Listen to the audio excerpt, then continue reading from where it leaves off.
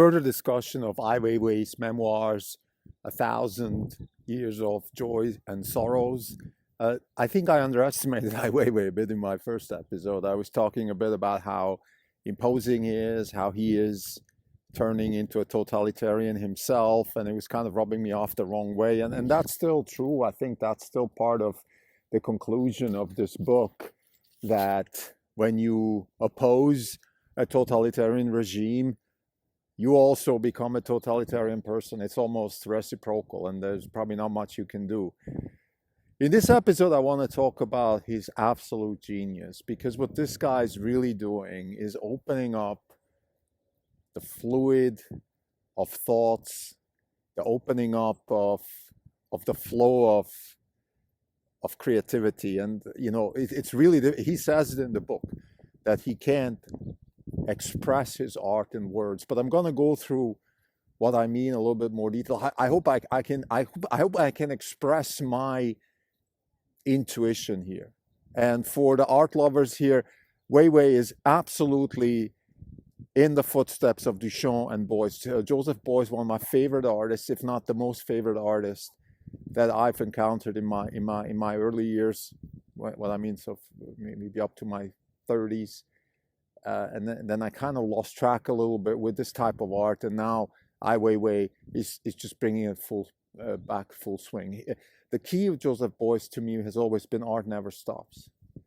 That the piece of art is a spark that generates a flow of action, thoughts, behavior, and that is the art itself. So the art starts with the spark and then keeps going. And I think that's where Ai Weiwei continues. And he does it in an unbelievable way. He does it by putting himself in harm's way. And that's, of course, is also part of the performance art scene that he grew up in the 80s in New York City. So I think there's a combination of those two things that I'm really very excited about. This is the Not Even Wrong podcast. It's January 26, 2022. This is Krim Dalko. Since the last update, we are up around 2%. The market is flat. For the year, we are down 13.7%. The market is down 7.2%. We're underperforming by 6.2%. Today is earnings day for Tesla, so we're definitely going to have an episode coming up either today or maybe tomorrow about this. There's also the Fed meeting, so there's a lot of things happening in the market. And I want to focus on Ai Weiwei here and then do the market stuff in the episodes that follow. Just for listeners that are new, why am I doing a book review here? Why am I talking about performance art? This is a podcast about the hedge fund business. The purpose of this podcast is to give people a sense of what it feels like to run a hedge fund. Reading is not just a pastime for hedge fund managers. It is part of the business. And the reason it's part of the business is because reading is conditioning of the mind. And as a hedge fund manager, you're in the knowledge business, in the creativity business, in the courage business, in the try and error business. All these things require incredible strong mind, an incredible spine, a spiritual spine, and reading gives you that. It's not, of course, sufficient, but absolutely necessary to be involved in this mental process that we call reading. What is reading really? It's reading stories. They bend your thinking. They make you think this way and that way. And then you all of a sudden find new ways to think about stuff. This is a very good example with Ai Weiwei, and I'm going to explain how I got from being a little bit frustrated to inspired within just not that much space of this particular book. The purpose of this podcast is to give people a sense for what it feels like to run a hedge fund. And this is absolutely crucial for anybody who has an intention to start their own fund, or who invests in other hedge funds, or who's just curious about how it works. Let me tell you, reading is absolute key. We're doing these book reviews also to have a record, of course, of our own thoughts. This is a voice record keeper, if you want, about how we think about things and how we might change, which is very important. And Ai Weiwei's book is, in many ways, a very good example of this. First, it's a book about creativity in itself. He's an incredibly creative artist. And of course, he doesn't talk about what is creativity. Creativity is three things. Number 1, 2, 3. It's not like that, of course. That would be very untypical for him. Ai Weiwei is an artist that, like I said, in my view, is in the footsteps of Joseph Beuys, Duchamp. So he's an installation artist that creates spaces that inspire people to continue with the flow of his thought. And he likes to see what happens if you put yourself in a situation and then things evolve. And this is really beautifully done in an episode in the book where he gets detained by the Chinese secret police. It's a very scary section of the book. It reminds me of Archipelago Gulag, and there's some just factual knowledge about how China works. They have these techniques like the communists had in the Soviet Union, so I guess they learned something from them, which is when they want you to confess or to talk about things, they put you in a position where you're basically in a terrible situation, like in a small cell, isolated. Guards are always looking at you. You're not allowed to do anything without permission. It's a terrible situation. And they just keep you there for days, weeks, months, I don't know, whatever. I'm not sure. I think he was there 81 days, actually. The name of the chapter is 81 days. And then you just give up. They interrogate you and they ask you silly questions. Are you an enemy of the state? Well, I'm not. And then, you know, after 3 weeks of living like in this terrible condition, you might give up. You say, yeah, I am, I'm sorry, and just leave me alone. And then they put you in prison and you get out of there as a sort of reformed person. I mean, that's kind of the idea. That's how the communist state works. And this episode is not about that. It's just a side note that I want to encourage people to read. It's for anybody who is involved with China. It's a sober read, and I don't know how to feel about this. We're investors in Tesla. Tesla is a big business in China, and I think China is just the kind of country where, as observers, we have to look at it from two perspectives. One is it's a market, it's a place where people live and work and spend money and create things, and some of these things are amazing. And on the other hand, it's a totalitarian state, and that's unfortunate for the people who live there. And it certainly robs us of the wrong way here in the West. On the other hand, we also have some mirror image that Ai Weiwei even mentions in the book, like freedom of speech, for example. We don't really have a freedom of speech here in the West either right now. We can't say things like, oh, vaccines don't work, or all those stuff with the pandemic. So we're kind of throwing away some of the freedoms that we have also. So we should be pretty careful about these things. Now, there's no Chinese secret police or anything like that here. So we're not that bad, but I'm just mentioning this as a side note. But let's get to the Ai Weiwei part. So there's this section where he gets detained by the police, and I think it's very much in Ai Weiwei's nature not to say the obvious. In other words, throughout the book, he talks about how he's opposing, or not opposing, but how he's ridiculing the Chinese state. There's a picture with him showing the finger and in front of Tiananmen. There's a picture of, he does things like the sunflower installation in Tate Modern in London, which is a critique of people dying in an earthquake in Sichuan, which was sort of, in his view, because of corruption and people didn't do proper building construction and all those kinds of things. So the point here is that you're going through this book and you're asking yourself, listen, Weiwei, why are you doing this? Why are you opposing the state? And you're living there. You're going to end up in jail. This is almost a foregone conclusion. And, lo and behold, he ends up in jail. So you're asking yourself, why the hell did you do this to yourself? And then the jail time is terrible. This is a terrible situation. But the way he describes it, it's more like, it's just happening to me. And then somehow, through this terrible, terrible interrogation and living in this cell and all these things, it's really bad. I mean, to me, it's the biggest punishment you can give to me as a person is to put me in confinement because it's the antithesis of freedom and all that.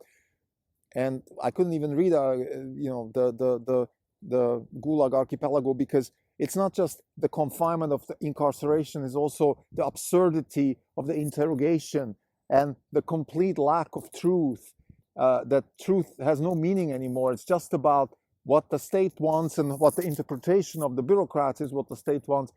And then you're in this Kafkaesque situation, in this cascade of one thing leads to another, and you're in complete absurd situation.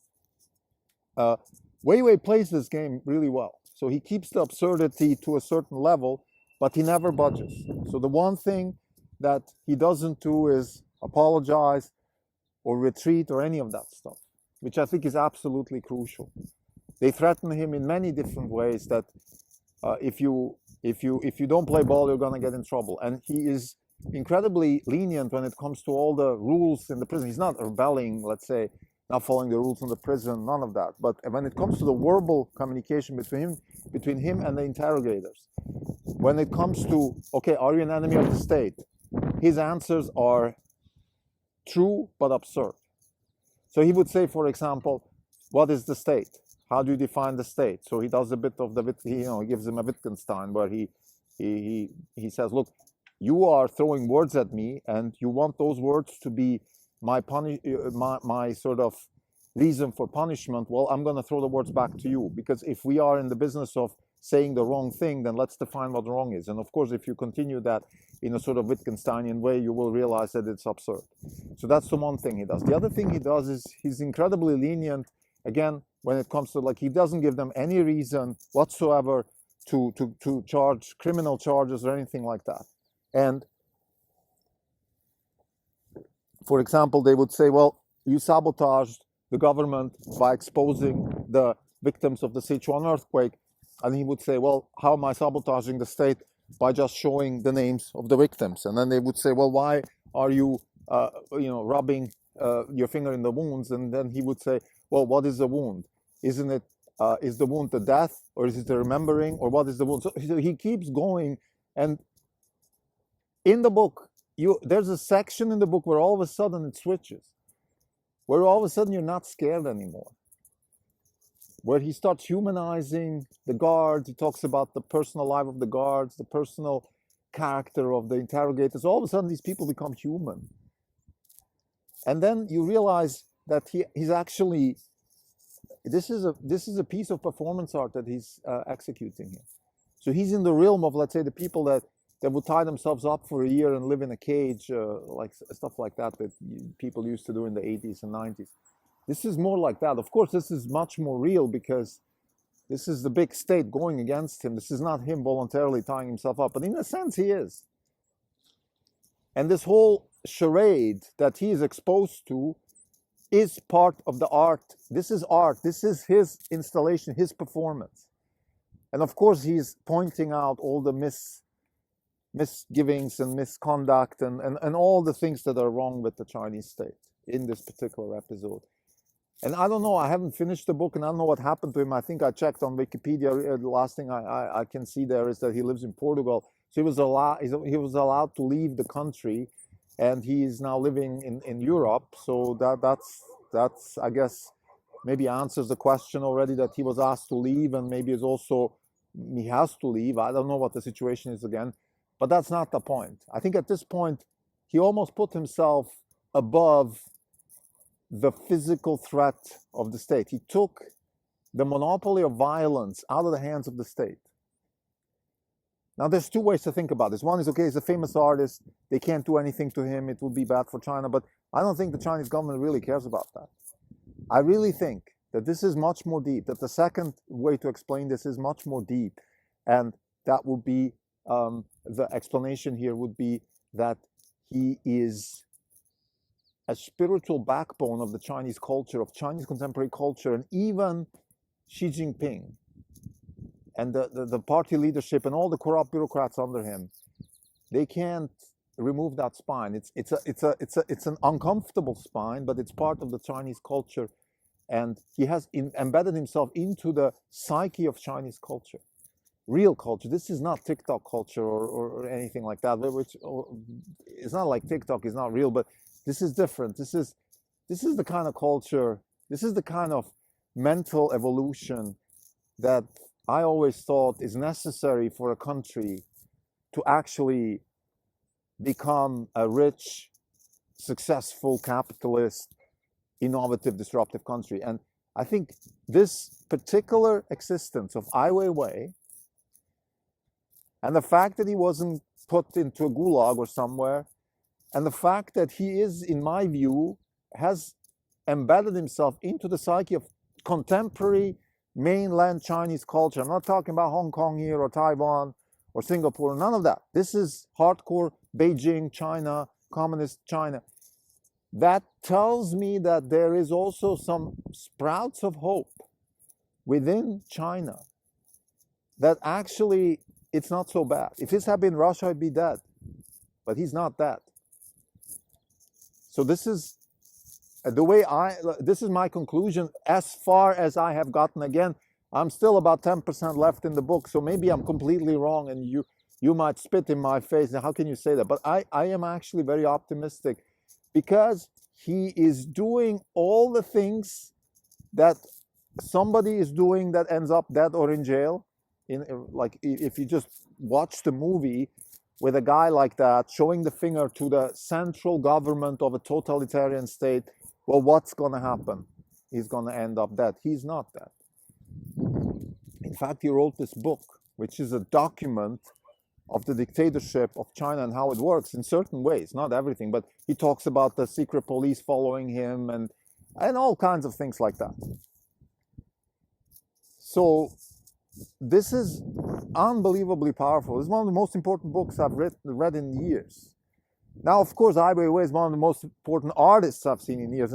And just for people that don't know, I walked into, I think it was one of the museums in New York, maybe the Whitney, I don't remember. I walked in, I saw his installation, I had no idea who he is. I took a picture of his installation. I still have it on my iPhone as a screensaver. It inspired me. I was hooked. I had no idea who he is. No, absolutely no idea. I saw Ai Weiwei. I thought, okay, it's probably some Hong Kong, or actually, I thought it's probably an American, Chinese, that kind of thing. I had no idea that Ai Weiwei is as pure Chinese as it gets. And what I mean with that is not racial or ethnical. I mean cultural. He has been there as a child during the Cultural Revolution. His father, a famous poet, Ai Ching, jailed, molested in the Cultural Revolution. He's real mainland Chinese. He's Mao Chinese, that kind of Chinese. And look at the inspiration he can give me, a Western person growing up in Switzerland, on people like Joseph Beuys.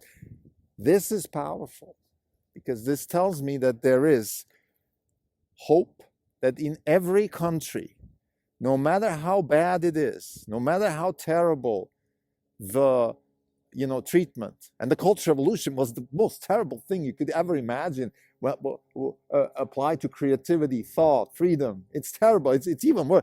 Like, killing people, like a la French Revolution style, is fine. You just kill them, and then their legacy. No, what they did, they didn't kill people. They tried to eradicate thought by putting people into a situation where they're like ants, not thinking, just following. I mean, it's terrible. So Ai Weiwei was living through that as a child, and then he grew up in a country like China. Yes, he came to the U.S. Yes, he was educated at the Parsons School of Design for a while, and then he dropped out and all that stuff, or whatever. So he had exposure to New York artists in the 80s and I think 90s. He's a very well-connected artist, all that stuff. But he's Chinese. And there's a line in the book where it says, it's not me who has to go out of China, it's the Chinese government has to leave, or this regime. This is unbelievably powerful. Again, my angle here is not political, by the way. I'm not saying the Chinese government will topple, will have democracy. I don't care about that. Or I can't say that right now. Let me say it that way. But what I can say, and here's what I think is very powerful here, is that the fact that a sprout like Ai Weiwei can be allowed to even grow, and I think now grew to a pretty decent sized tree, is a very, very good sign for China. It's probably still, this situation is fluid and he could be killed any day or something like that could happen. But nevertheless, the fact that what happens in this book is almost an evolution from totally, it's like you're going from one side through the dark tunnel and you're coming out on the other side. There is some light there. And the light is what we call enlightenment, what David Deutsch calls the beginning of infinity, all these things. That's the light. And I think China has a chance to capture that light. And that's why I think China can become the second largest economy, or excuse me, the largest economy one day. There is a potential for that. And it's happening from within. This is not a revolution a la the US Revolution with George Washington. It's going to happen from within. Maybe the Chinese people, through their wealth that they're generating, and the middle class that they're building are actually going to be able to build some sort of enlightened society a la West, where Popperian problem solving, error correction, all these things have a chance to step forward, because that's the ultimate condition for any kind of society to succeed in this game that we call capitalism.